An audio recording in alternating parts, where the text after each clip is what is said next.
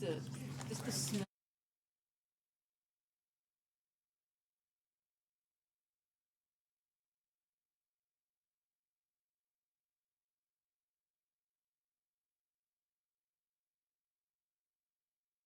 Well, we usually call the meeting to order. It's successor agency to the redevelopment agency and the city council meeting. Please note that all council members are present. And if you'd please stand, Councilman Lucio is going to lead us in the flag salute. Please place your right hand over your heart. Ready, begin.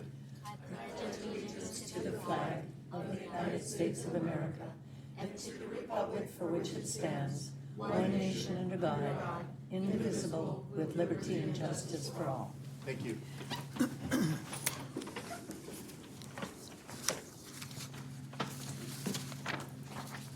Okay. First item on the agenda is public communication. This is the time and the place for the general public to address the council on items that are not on the agenda. Is there anyone in the audience that would like to address the council? Stubby?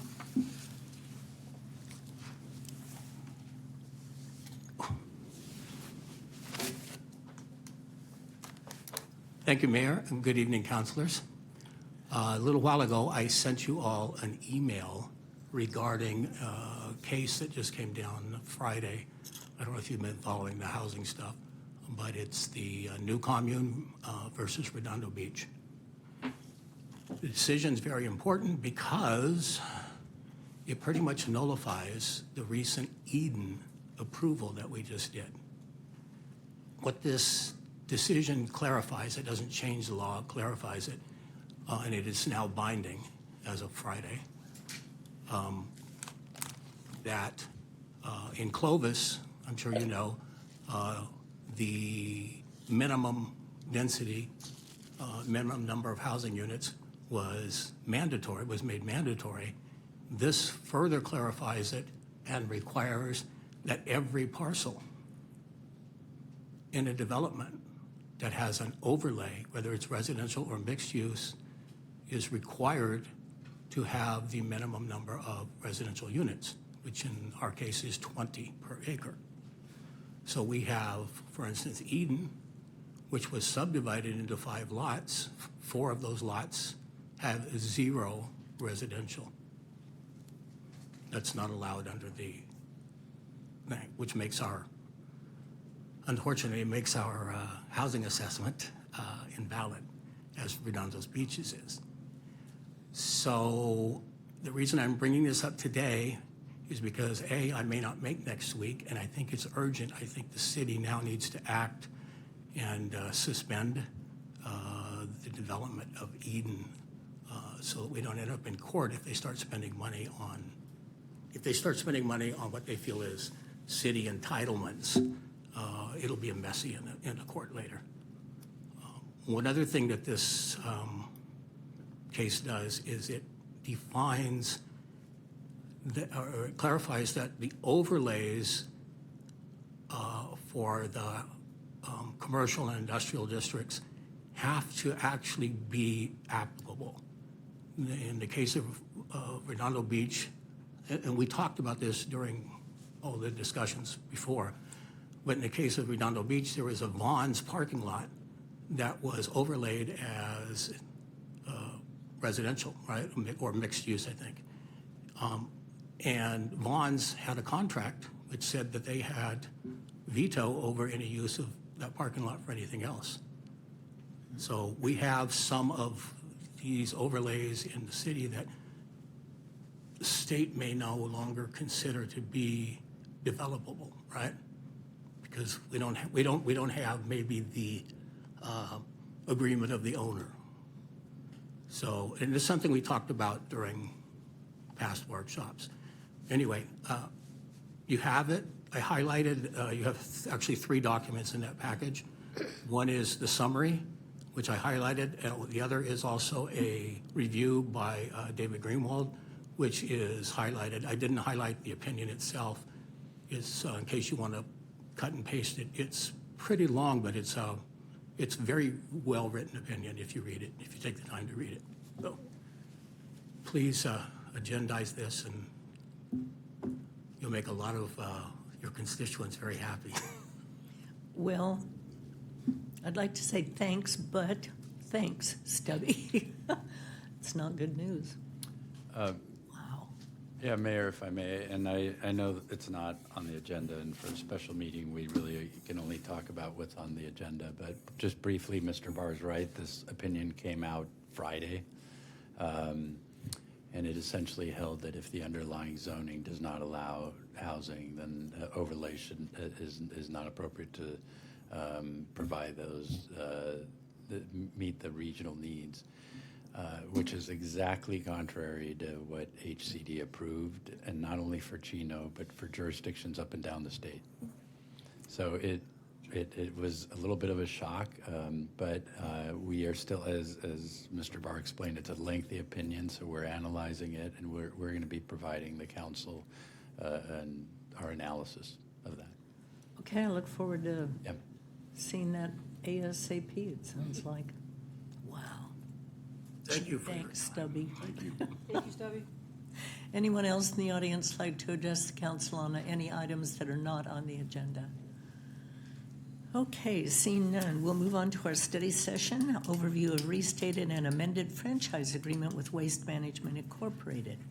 We're going to have a presentation this evening, and then we will provide input and direction to staff. So our staff report this evening will be from Mr. Huerta, Management Assistant, Ms. Ramos, Contracts and Diff Administrator, and Mrs. Lee, Director of Public Works, and Glenda Chavez, Public Sector Senior Manager. Great.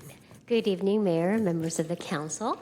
We are really excited to bring you this study session and an update on what we're doing in partnership with Waste Management. Waste Management have been a city's partner for solid waste management for many years, and we will go over the history as a part of Sylvia's presentation. But I wanted to give a broader overview of what we are doing as a part of the solid waste program. Solid waste program is not just about collecting trash. It has a very broad implications for regulatory compliance, and it also overlaps with our MS4, which is a stormwater compliance program. So one of the components of integration is the street sweeping. I know that we actually collect how much trash we collect from street sweeping, and we report that as an annual report as part of MS4 reporting. So as you can see, what we do is highly integrated to the regulatory compliance, and not only on the Cal Recycle, but also on the stormwater side. So tonight, our presentation will be provided by Sochi, and also from Waste Management Glenda, and also Sylvia.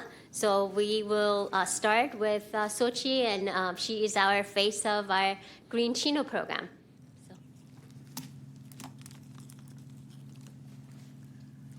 So good evening, Mayor, council members, and those in attendance. Thank you for the opportunity to allow me to present Green Chino. So Green Chino is the City of Chino's environmental stewardship initiative. So Green Chino serves as the umbrella for our sustainability efforts, educating the public, promoting responsible practices, and ensuring compliance with California's environmental mandates. While our public-facing focus is education, Green Chino also fulfills key regulatory responsibilities, including organics recycling, CRV, edible food recovery, water conservation, household hazardous waste, construction and demolition, self-hauler regulations, proper disposal guidance, and a centralized record keeping for state review. By combining regulatory compliance with community engagement, Green Chino not only meets state requirements, but also delivers meaningful benefits to our community and internal employees. Each year, we collaborate with outside agencies to provide resources through our annual events, such as our 2-day Earth Day event, our spring and fall compost and mulch giveaway, our annual document shredding event, spring and fall residential cleanup, plus access to our household hazardous waste facility every second and fourth Saturday in each month. In partnership with Waste Management, curbside services are provided, including bulky item pickups, Sharps mailback program, used oil collection, and e-waste recycling. For our city facilities, we've provided refillable water dispensers throughout city facilities, our 3-stream recycling collection center bins, organic recycling at the senior center, and a household battery bucket collection for city staff. Our broader outreach efforts include social media, bill inserts, Instagram Reels, Channel 3, internal employee platforms, Chino Connect magazine, community events, outreach, and workshops. Together, these efforts help our community practice proper disposal. Education is central to our mission. Improper disposal can lead to serious consequences. For example, this image shows a waste management truck being hosed down after a lithium-ion battery was improperly placed in the trash, an incident that caused a fire. By educating residents how to properly separate and dispose of everyday items, we help prevent dangerous and costly situations. To support this, the city provides a recycling guide, workshops, presentations, and resources to help residents make safe and informed choices. Chino also contributes directly to California's waste diversion goals. In 2024, our programs diverted thousands of tons from landfills. With green waste and recycling as our largest stream, we also captured significant amounts of hazardous waste, e-waste, and construction material. This slide shows the tons of material diverted through our programs in 2024. These efforts help us comply with state mandates. So a lot of the state mandates that we're dealing with right now is AB 341, which took effect in 2012, mandatory commercial recycling, which require recycling services for all commercial businesses and multifamily complexes. This was a statewide goal of 75% waste diversion. In 2014, AB 1826 took effect, which required mandatory organic recycling for all commercial and multifamily properties. This was to reduce landfill material and support compost and renewable energy. In 2022, we are now with SB 1383, which is the short-lived climate pollutant bill, mandatory organics recycling for commercial and residential. This bill sets aggressive targets for organic waste reduction of 75% by 2024. This law promotes edible food recovery, composting, and methane reduction. Green Chino plays a critical role in meeting these state mandates. Our programs reduce waste, increase recycling and reuse, and prevent harmful contamination chemicals from entering our storm drains. Organics recycling also supports city parks, the Chino Community Garden, and programs for residents and seniors. The images on the right are from our visit to the Azusa Material Recovery Facility, where Waste Management showcased their new upgraded recycling equipment. As you can see in the image, this is a recycling facility, yet it still resembles trash. So these facilities are essential for sorting and recovering material to keep them out of the landfills. There's still much work to be done, but these programs are a cornerstone of our sustainability goals. So Green Chino not only supports the city in meeting compliance goals, but it also fosters meaningful collaboration with our community. Each year, we participate in more than 24 community events, reaching thousands of community members throughout the year. From Earth Day celebration and document shredding events to emergency preparedness fairs and compost giveaways, we are building awareness and inspiring action. Thanks to CalRecycle grant funding, our Eco Hero School program reached over 2,000 local students this year. Through fun, engaging performances, students learn about recycling, organics, and sustainability. Eco Hero is a global environmental advocate for kids, and this partnership has brought interactive learning directly into our schools. We are also exploring creative ways to connect with the community. 2 exciting projects were recently completed, and I would like to share some of them with you. So we did do a voiceover comic book, which will be distributed to all local K through 6th grade schools. And our very own City of Chino custom music video featuring Eco Hero, Eco Eden, special guest appearances from Waste Management, and our very own Bullseye. So now I'd like to share a sneak peek of our Eco Hero music video.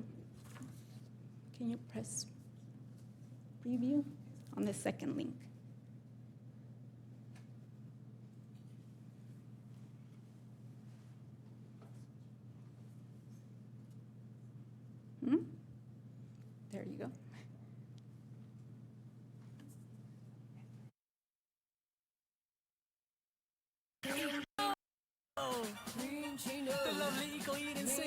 on the track.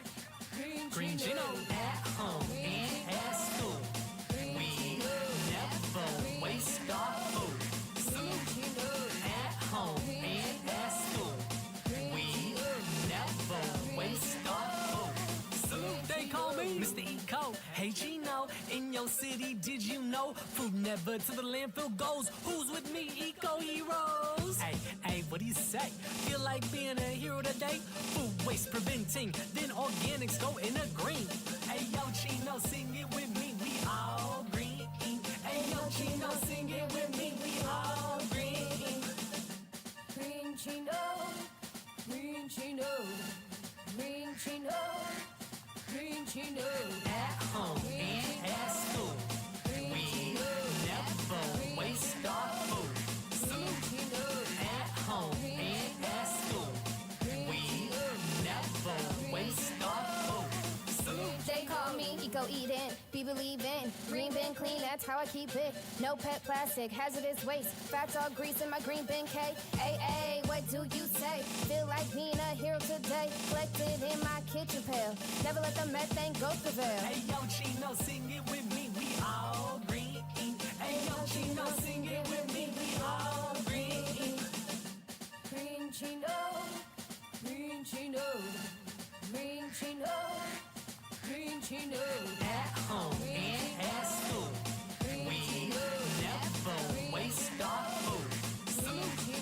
At home and at school, we never waste our food. Green Jean Roots, March 1, 2. Sweat like crazy on the daily. Bullseye, we got WM, green and gold, collecting. Compost facility, organics go. City gets it back as The compost. spirit of achievement to the preserve. A yellow park to the splash pad, make this all heard. Hey yo, Chino, sing it with me, we all green. Hey yo, Chino, sing it with me, we all green. Green Chino, Green Chino, Green Chino, Green Chino. At home and at school, we never waste our food. At home and at school, we never waste our food. Deuces. Deuces.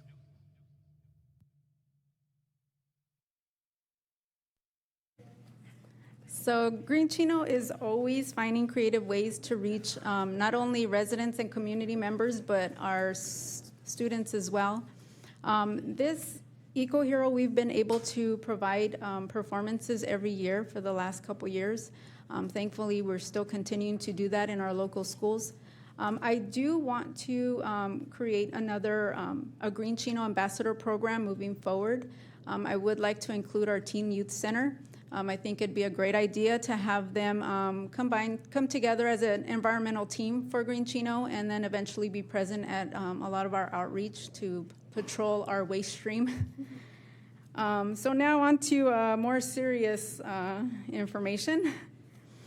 So this slide lists reports of the city that is responsible for reporting under SB 1383 and other environmental regulations. So I'll walk through each one and give a brief summary of what they cover. So the list that we have here are reports that we have to do under Green Chino. So the first one is the electronic annual report is submitted to CalRecycle each year and documents the city's solid waste, recycling, and organics program. It demonstrates how Chino complies with state mandates and the city's source reduction and recycling element. This is a very extensive report. It does showcase the City of Chino's story for the prior year, so it lists in detail processes, step-by-step guidance on our commercial recycling, how we're contamination monitoring, route reviews, everything from recycling. It tells a story for our efforts for the prior year. The Local Assistance and Market Development, also known as LAM, is our CalRecycle liaison for the city. So they review our programs annually through a conference call and followed by a site visit to ensure compliance with SB 1383 and other waste diversion mandates. The LAM representative, they usually evaluate areas such as collection services, edible food recovery, contamination monitoring, procurement, CalGreen, enforcement, and education and outreach. This process provides our CalRecycle representative with a step-by-step overview of where the city stands in each program area, helping identify progress and opportunities for improvement. JACE and the implementation record. So JACE stands for Jurisdictional Assistance Compliance Enforcement. It is CalRecycle's team responsible for evaluating how jurisdictions implement and comply with state recycling and organics programs under SB 1383. As part of this process, CalRecycle conducts a JACE review approximately every 4 years for each jurisdiction. The review includes a detailed evaluation of program implementation, reporting, and documentation. The process involves an initial review period followed by field inspections and followed by a formal findings report. This report identifies areas where the jurisdiction is meeting requirements and may also include recommendations for improvement. If any corrective actions are identified, jurisdictions have up to 180 days to address them before any enforcement action is covered. Waste compliance waivers. So under SB 1383, all commercial and multifamily properties of 5 units or more must subscribe to trash recycling and organics collection. However, the city may grant waivers when businesses meet certain requirements. There are 2 types of waivers that they can apply for. One is called the physical space waiver for properties lacking sufficient space for bins, or a de minimis waiver for businesses generating minimal organic waste and valid for 5 years and must be documented in the city's implementation record. As of 2025, Chino has approved 142 waivers supporting compliance while assisting small businesses. Edible food recovery. So SB 1383 also requires large food generators to recover and donate edible food. Currently, City of Chino has 38 food generators, 21 categorized under Tier 1, which are grocery stores and food distributors, and 17 under Tier 2, which are categorized as restaurants, hotels, health facilities, and large venues. We have identified 4 local recovery organizations, which is Isaiah's Rocks, God's Pantry, Food for Life, and the Key nonprofit. So our job is to connect these food generators with our food recovery organizations so that they can donate as much food as possible. In 2024, these partnerships helped recover over 414,000 pounds of food, supporting local families and reducing landfill waste. The next report is a food recovery capacity planning. Each year, the city provides data to San Bernardino County to assess the region's ability to recover and distribute edible food. This ensures there is sufficient capacity and infrastructure to meet the state's goal of recovering 20% of edible food for human consumption by 2025. Construction and demolition is another one. C&D projects must divert at least 70% of debris from landfills. The city tracks diversion data, enforces compliance among contractors and self-haulers, and reports these metrics in the electronic annual report. This supports state building standards and SB 1383 waste diversion goals. The city also reports household hazardous waste collection totals from curbside services provided by Waste Management to CalRecycle each year through the Form 303. In 2023-24, Chino's curbside program through Waste Management collected 17,089 pounds at the community cleanups, 30,991 pounds through curbside programs, and 161 participants through the SHARPS program. Lastly, the city inspects local certified used oil collection centers annually to ensure compliance and proper handling of used oil and oil filters. Green Chino also provides outreach during the Kiwanis Cornfeed Run Car Show, promoting safe oil disposal and recycling for do-it-yourself participants. Our target outreach for used, this is our largest outreach for used oil. So this concludes my overview of Green Chino. Now I'd like to introduce our next speaker, Glenda Chavez from Waste Management, who will provide additional details on SB 1383 objectives and jurisdiction responsibilities. Glenda, before you start, I have a question. Supervisor Hagman does a lot of shredding events. We don't get credit for any of that, do we? Yes, We do. yeah, we partner with them every year, and we do get credit for that. So how do you divide that up since he's doing it in the whole West End? We have 2 trucks. So So if it's a Chino resident, then it gets shredded directly in a Chino truck? actually, it's it's for all San Bernardino County residents. So they have them everywhere in Upland and Ontario, every city. So Chino does have ours, but we only collect what we have for Chino. Okay, but Hagman does this like every 2 or 3 months, and he shreds a lot of paper. And Yes. it has to be in the 4th district, but how do we get to account for our share of what he's collecting? They don't separate it by city, so it is by county. But because we host it in Chino, we get the credit for what comes to Chino. Only when he hosts it in Chino? Correct. Oh, okay. Yes. All right, thanks. Stubby, wait till the presentation's over. Okay. Okay, well, let's wait till the presentation's over. Go ahead, Glenda. Good evening, Mayor, members of the City Council, and members of the audience. I'm kind of going to reiterate a lot of what Xochitl said. We're here today because California has made a bold commitment to fight climate change, and it starts on how we manage our waste. Senate Bill 1383 is California's landmark law effective January 1st of 2022. It sets ambitious goals to reshape our waste stream and protect our environment. And as mentioned before, it has 3 key objectives: to reduce methane emissions by cutting organic waste in landfills, recover 20% of edible food for human consumption, and achieve 75% reduction in organic waste disposal from 2014 levels by 2025. Why does this matter? It has been identified that organic waste is the largest waste stream in the state of California.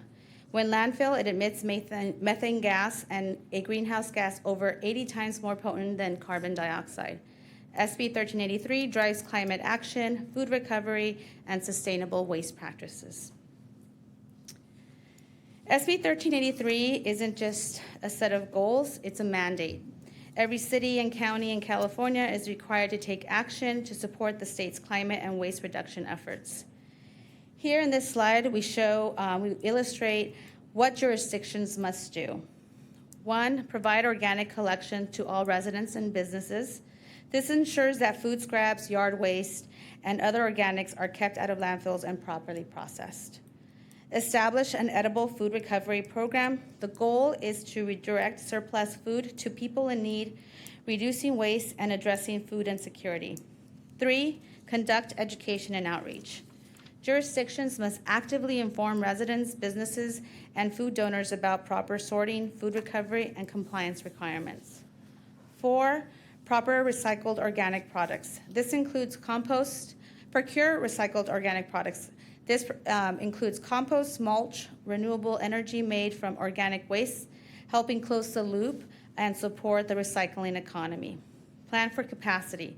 Cities must ensure that there's enough infrastructure to handle the volume of organic waste and recovered food now and into the future. I do want to point out that even though we are here today, years later after SB 1383 took into place, we at Waste Management have been committed to provide the city with a secure outlet, despite the law not having provided the infrastructure to have this ambitious goal. So I do want to let you know that we're proud that we've been able to provide a good outlet for the city. 6, it's monitoring compliance and enforcement regulations. This includes conducting inspections, checking for contamination, and taking corrective action when necessary. These mandates are designed to create a statewide system that supports sustainability, reduces greenhouse gas emissions, and builds a more resilient future for California. Thank you. Good evening, Madam Mayor and members of the City Council. As you can see, the City of Chino has many programs in place and is on track with compliance efforts related to both state mandate diversion and also organics recycling requirements. The next portion of the workshop will focus on the city's current franchise agreement with Waste Management and the proposed amendment to the current agreement. Oops, oh, sorry, thank you. To give you a little history, the city has partnered, the city has partnered with Waste Management since 1969. Between 1969 and 1997, the franchise agreement was amended approximately 10 times to reflect evolving services and cost adjustments. Many of these early adjustments occurred before environmental laws and compliance mandates were in place. It should be noted that cities typically do not issue formal requests for proposals for solid waste services unless there are substantial concerns regarding performance, service levels, or cost structure problems. These services are considered critical to public health and safety, and because of the scale of service, complexity, and the community impact, such agreements are often exempt from the standard competitive bidding requirements. In 1997-98, around the time Assembly Bill 939 was sunsetting, which is the bill that required all localities in California to divert 50% of their waste away from the landfill or face hefty fines up to $10,000 per day for each day of violation if they didn't meet that diversion requirement.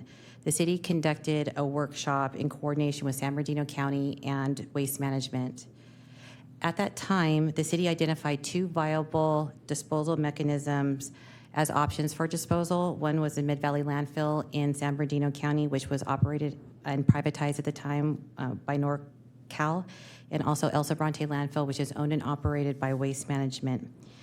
Following a detailed review of long-term capacity, cost, and liability exposure, the workshop concluded that Waste Management's El Sobrante landfill offered the most cost-effective solution. Having said that, the city approved a new 10-year term agreement with a 3-year evergreen. As you can see on the slide, over the years, the city's franchise agreements with Waste Management reached the end of their term. Staff always conducted a workshop with the City Council to review program performance, evaluate service levels and costs, and ensure continued compliance with evolving state mandates. The current franchise agreement has a 15-year term with an optional 5-year renewal with no evergreen.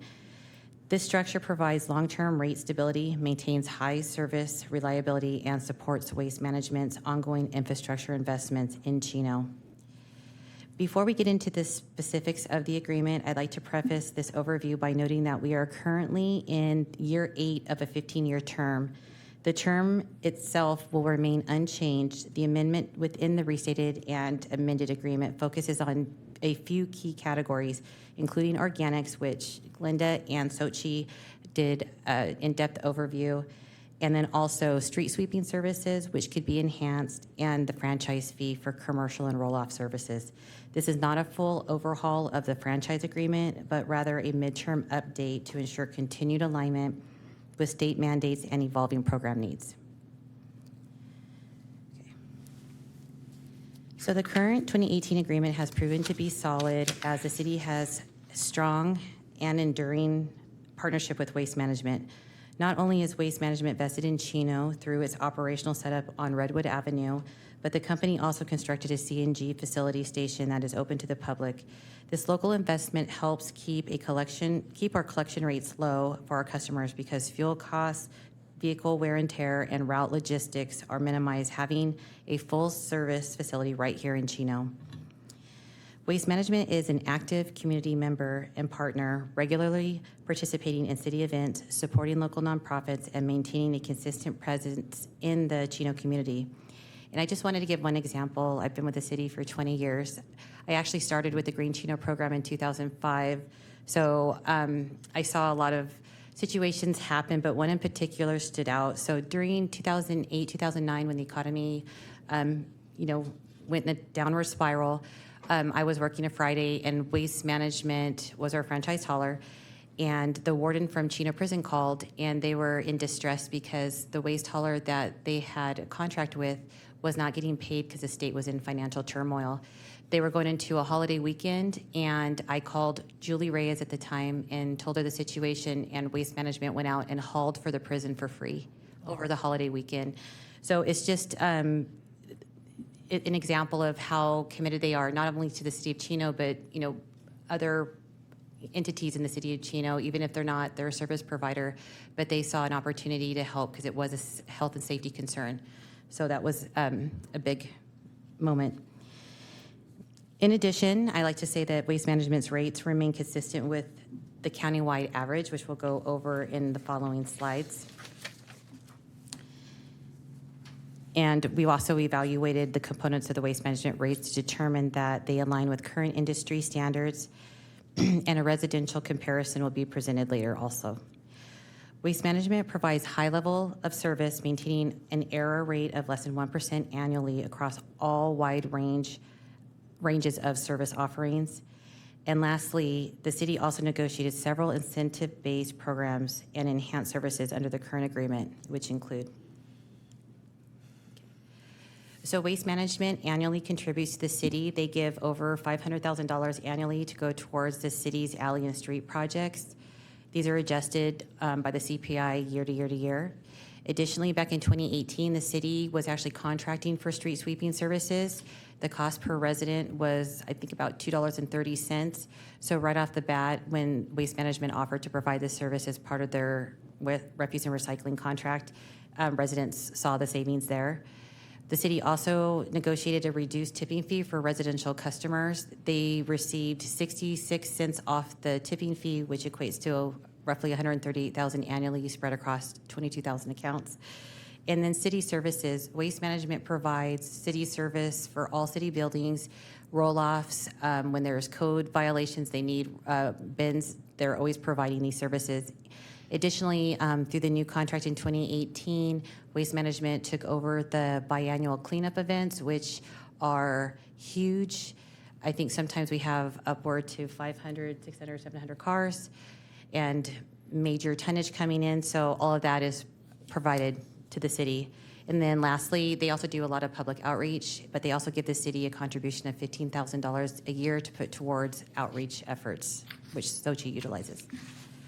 These incentives equate to over $19 million, so they're pretty significant. Okay, good. Next slide. I just wanted to go briefly over the rate structure and revenues. I know that a few years ago when the organics program rolled out, a new rate was brought to the city council, and there were concerns in regard to some of the components of the rate. At that time, the legislation was relatively new, the programs were new, the city didn't really have a program in place. However, we know the cost now, we know where the waste goes. So this year, through our rate increase, staff went ahead and we simplified the rate and kind of folded in some of those costs where they should have been all along. So landfill and organics, number 1 and number 2, are pretty much passed through. They're based on actual tonnages and then the cost per ton and then divided across the number of residential accounts. It's pretty straightforward. Again, Waste Management service component, that's what they get paid for coming out with their 3 trucks to pick up your recycling, your organics, and your trash. And as stated prior, we did an analysis and their rate is in line with the industry. The billing fee, we actually do all the residential billings. Waste Management provides all of the billings for commercial roll-off and temporary service.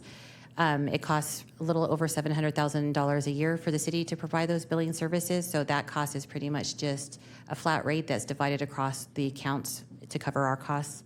And then the recycling admin fee is the fee that offsets costs for all of the unfunded mandated programs for like HHW or all of Sochi's outreach, or any program that we have that's not funded. So in the next slide, I go over whether or not those costs are, if we're covering our costs for all of our programs, which we are. Okay. So this table here is just to compare to other cities. So Chino's on the west end of San Bernardino County. We've always been a little bit unique, same with Chino Hills. The majority of the cities in San Bernardino County that are closer to the Mid-Valley landfill, they pretty much all franchise with Burtec, which is the prime hauler in that area. And Waste Management kind of services the west end over here. They do Eastville, Corona, Norco, Chino, and actually Chino Hills now. So as you can see, we're pretty much in the middle, but these rates vary because certain cities have certain programs and certain service offerings. So if they're not providing a lot of services to their residents, their rates are going to be cheaper. So for example, Chino Hills has always been historically lower than the city of Chino, but they do not have a permanent HHW facility, and actually their residents utilize our facility, and our cost for that program is roughly $250,000 a year. So we offer a lot to our residents, and we have a lot of services, but with all the other cities that have permanent sites or similar programs, their fees are pretty much in line with what we're charging. Lastly, are we covering our costs? We are covering our costs. So just to give you an estimate of, actually not an estimate, these are actual revenues from last year. We collected $2.4 million in franchise fees, which go back to the general fund. These help offset costs and support services for the oversight of the waste management contract. A lot of these funds typically get used for street rehabilitation projects due to the wear and tear of the streets. The recycling admin fee, we collect roughly $1 million. That covers costs for all of our programs, salaries, allocated costs, service contract, everything for the programs that we don't have funding for. So it's pretty much roughly the same. So we're breaking it even. And then the billing fee, like I said, we know what it costs, and we just spread those costs along the fee, into the fee. And, oh, sorry, one more thing. So the beginning fund balance for the sanitation fund this year is $3.7 million. We're estimated to bring in $12.5 million in total revenues with their expenditures at 12.2. So we're looking to have a fund balance of roughly $5 million by the end of the year. Our fund balances have been low the last few years, but we're working to kind of elevate those. So we have at least 3 to 6 months of operating costs in the fund balance in case we need it. So now getting to the part where what is changing as far as the waste management contract. We are looking to just update the language as it pertains to state mandates surrounding SB 1383 and 1826. As you heard from Sochi, that the reporting requirements are pretty stringent, so we just want to make sure there's clear boundaries for reporting and enforcement and oversight. So we just want to tighten up the language to make sure that we know what the boundaries are. And then also we're going to address the procurement and program documentation requirements under these laws. Additionally, the service rate. So we wanted to just define better what the franchise fee, recycling admin fee, and billing fee are and how they're calculated. So we're actually doing a detailed rate sheet and then describing the fees, which wasn't in the current agreement. So just the current agreement right now has 10% franchise fee across the board for residential and commercial. However, several years ago, the franchise fee for the residential rate was increased to 12.5%. Which 12.5 isn't really high. The industry average for franchise fees can vary between 12 and 20%. I think City of San Bernardino is charging 20%, and Fontana 12%, and then I think Rancho Cucamonga is 15%. So with costs going up for street rehab or services, it makes sense for us to kind of look at that. So since we're charging 12.5 for residential, we want to apply that same methodology for the roll-off in commercial. We can't impose that 12.5% until we go back to our Prop 218 process where we can increase the fees accordingly. And I think we're in year 3 of a 5-year prop, so it won't be for 2 more years. And then lastly, we're going to enhance the street sweeping services. I know there's been some issues surrounding street sweeping, so we want to improve our communication reporting. So Waste Management's agreed to dedicate a person strictly for street sweeping, and then work more closely together to make sure we're mitigating any issues or concerns. Next steps. So today we would like to obtain input and direction from the City Council regarding the proposed and amended franchise agreement. And if there's any suggestions, we can incorporate those into the final agreement, and then we want to bring it back to the City Council prior to the end of the calendar year for approval. That concludes my report, and I'd be happy to answer any questions you may have. Okay, thank you. Any questions before I open it up for public comment? Curtis? Tell me more about the street sweeping expansion. What's going to happen with that? So I'm going to defer, I'm going to give this one to Ben. He has more information. So are they going to get a better street sweeper because the one that we have is not very good? No, they're going to get better oversight. They're going to dedicate someone to the street sweeping program to work with us closer to make sure sweeping's getting done more regularly and to handle any customer complaints or resident complaints. So that was outlined more in an attachment in the amendment, things that Chino wants to see from the street sweeping program that hasn't been outlined before. It may be an equipment issue, and, you know, Glenda, you might be able to speak on this, but I've received several complaints since we enacted this street sweeping service that the street sweepers were not doing a very good job in getting into the neighborhoods and actually picking up the debris in the gutters at the end of the cul-de-sacs and whatnot. I know for me personally, I have to get out after the street sweeper drives by my house and actually rinse down my area of the street because it's a mud puddle. So I'm wondering if that's more of an actual mechanical thing on the street sweeper, but we've had it in different areas of the cities. And is that an equipment issue, or is that an oversight issue, or what is it?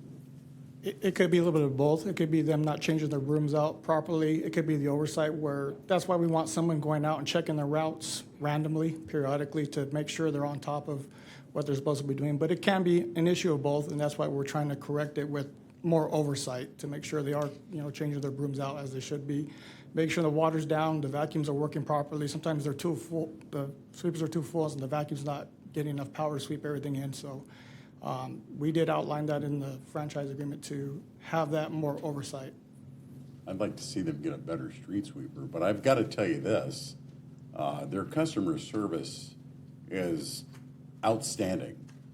If I have an issue in my neighborhood, or if somebody will send me an email from another neighborhood within my district or anywhere in this city, Waste Management is on top of it. They get out there, they take care of business. I so much appreciate it. They're amazing when it comes to getting in and taking care of the problem. The issue is the problem that comes up, again, from the street sweepers, some of the trucks that come down that drop oil in front of your house, they will come out and they'll pick it up. But I think it's a maintenance issue probably. I don't know what they need to do, but they need to we need to make sure that that's addressed. Okay. Thank you, Councilmember Burton. We have monthly meetings with the city staff, and Ben is part of them. And obviously, we can't fix what we don't know, and so we really have been providing all those complaints to the street sweeper. They have a log that they send to us monthly. Like Ben said, there's more outlined requirements that we're asking of them, and so we are hoping that by monitoring that, we if there is obviously an improvement, great. If not, then we could kind of take corrective action on that. But we are also, we've heard the message, that there's been issues, and we do bring it up to their attention, and they quickly address them. But having someone, go out and inspect will definitely make the process a lot easier so that we can be ahead of those complaints so that they don't become issues. I'm just trying to figure out what the standard is, at this point in time. We've been, in my neighborhood, we've had it going for over a year now. It's been great because the cars will actually move from one side of the street to the other, which is outstanding, so they can get in there and do that. But like I said, if, the operator or the street sweeper is driving down the street and sees as he makes a turn around the cul-de-sac, wow, that looks really bad what I just did. He should come back around again and try to get that picked up. Yeah. They don't do it. Maybe it's a quality control issue, Glenda, but Perhaps, yeah. And something needs to be looked at. yeah, and we've been in communication with them and also the city, and the goal is to be able to address those concerns so that we don't get those complaints. And like you said, we are more proactive. Well, they're more proactive. Thank you. Anything else? Okay, Stubby, you had something you wanted to add?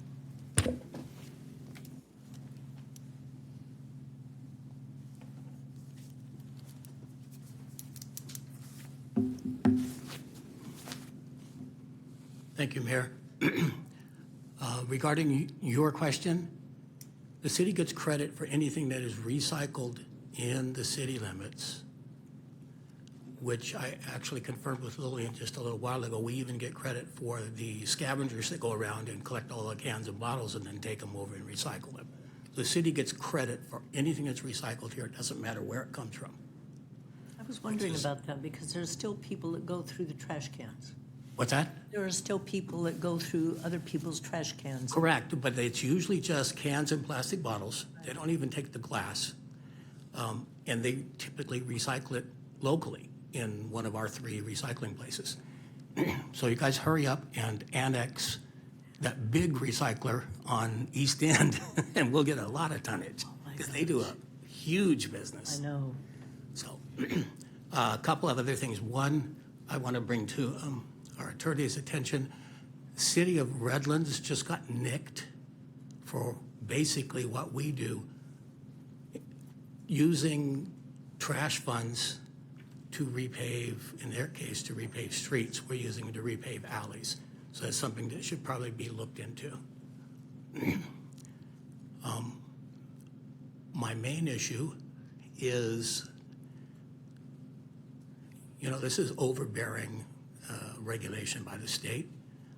I think we're going in the wrong direction. Personally, I think having 4 collections and 4 times the vehicular is ridiculous. I think the future of this is something that Burtech has tried, which is 1 collection point and a massive recycling, recovery center. But that's beyond the point. If the city is going to implement this, the city needs to be practicing the same things, because they're actually required now for the city with the new Senate bill. We don't. None of our parks, which have been a tremendous amount of trash, is there is any kind of separation. We have a few bottle and can only blue bins, but those get scavenged. We don't even have to collect them. I was at Shady Grove a couple months ago, training a wheelchair user, and I watched, and every day the scavengers would come and clean that bin out. They left 2 beer bottles in the bottom because they're glass and they're heavy and they don't want to carry the weight. But it was the same thing all 5 days. But we don't, at any of our facilities, we don't have recycle bins. As far as I know, we only have 2 food waste bins, one at the senior center, which is only used by the kitchen staff, and one at the 5C Center, which is used by their kitchen staff, which isn't even ours, that's actually Chafee's. The rest of our facilities, we have parks that don't even have, we have a brand new park that doesn't even have trash bins, right? Chino Rancho Park. There's no trash bins. Old Schoolhouse Museum, there's no trash bins. So when the maintenance people collect this stuff, they just throw it all into a central location. It's just like Ayala Park, all the trash cans at all of our events, even when Waste Management provides the cardboard ones, nothing is separated. It all goes into the big container there by the batting cage. So I just think the city needs to apply this to itself and set a good example before we start, because, this is going to create some uproar with the citizenry. So anyway, thank you. Thank you. But please look into that. The street. Oh, street sweeping that you brought up. I have a little experience with street sweepers in the construction industry. And I can tell you what the problem is. The rotation speed of the pickup brushes is not geared to the transmission speed of the truck. So there are every truck has an optimum pickup speed, which is typically between 4 and 5 miles an hour, which is very, very slow.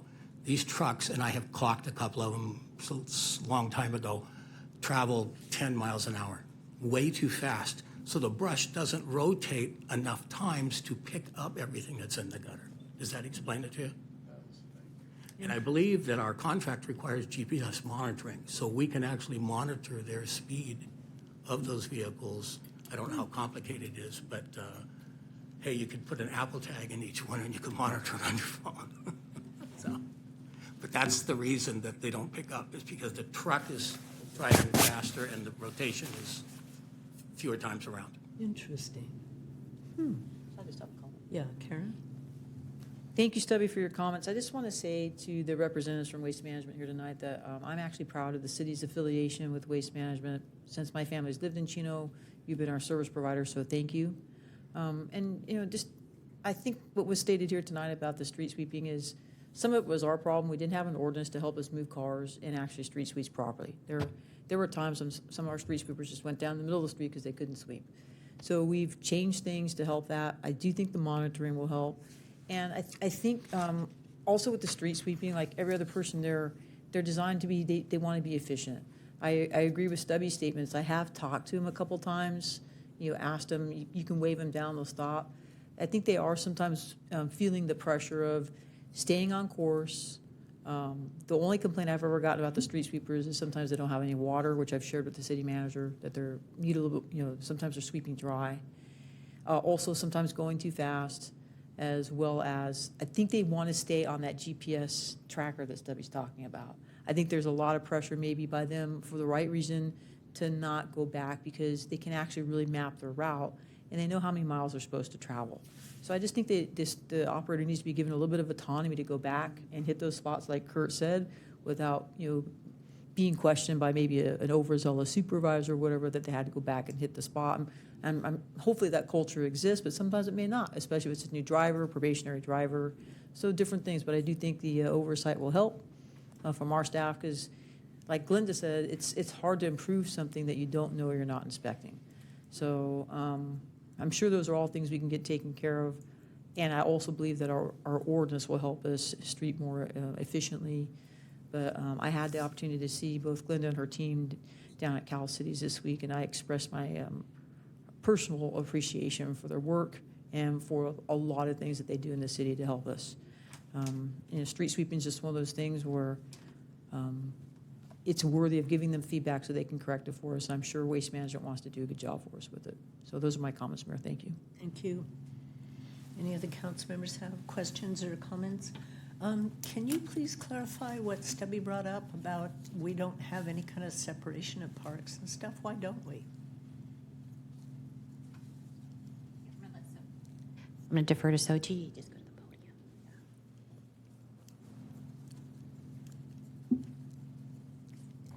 So CalRecycle does exempt jurisdictions from implementing all three streams at city parks, city facilities.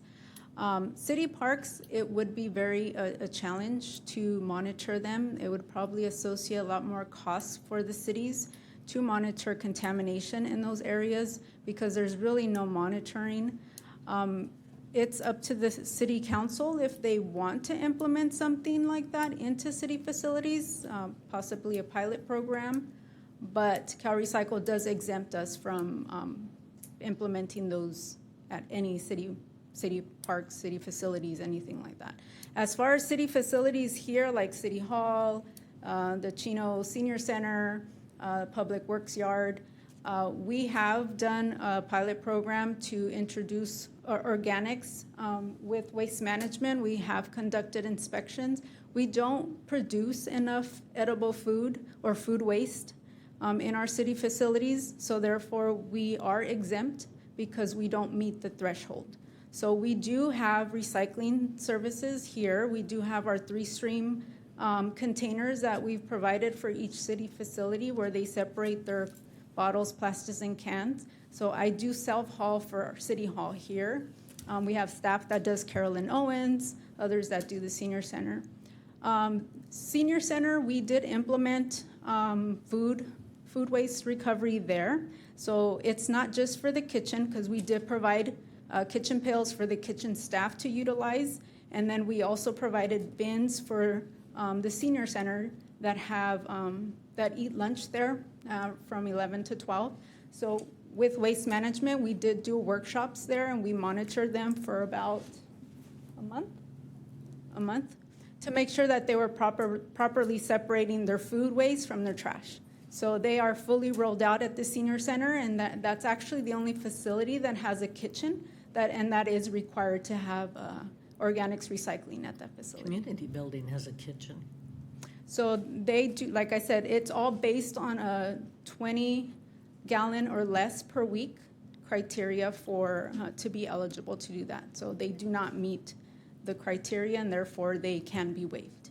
I can understand why food waste would be difficult, but it seems to me that to, like Stubby had brought up, to set a good example, it seems like we should at least have plastics and can recycling bins at our parks and stuff, because I've visited other facilities and parks and they have them.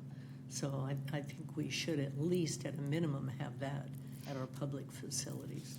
If I may chime in, also, Sochi and I were talking because she had traveled, I think, up to Seattle, and they're very environmentally conscious. So they actually had an area where all the bins were set up, and they had people manning each station. So it's really, we need more people. And she was talking about her Green Ambassador program. So when the teenagers are looking for opportunities to volunteer, that would be a great pilot project, or even when we get the Eagle Scouts and they're looking for a project. So it's just kind of building a team, getting the resources, and then going to a large venue, maybe like Spooktacular or the 4th of July, and piloting a project. But we're not opposed to doing it. It's just we don't have the manpower yet. And once we get some of our programs up and running, we're hiring an intern.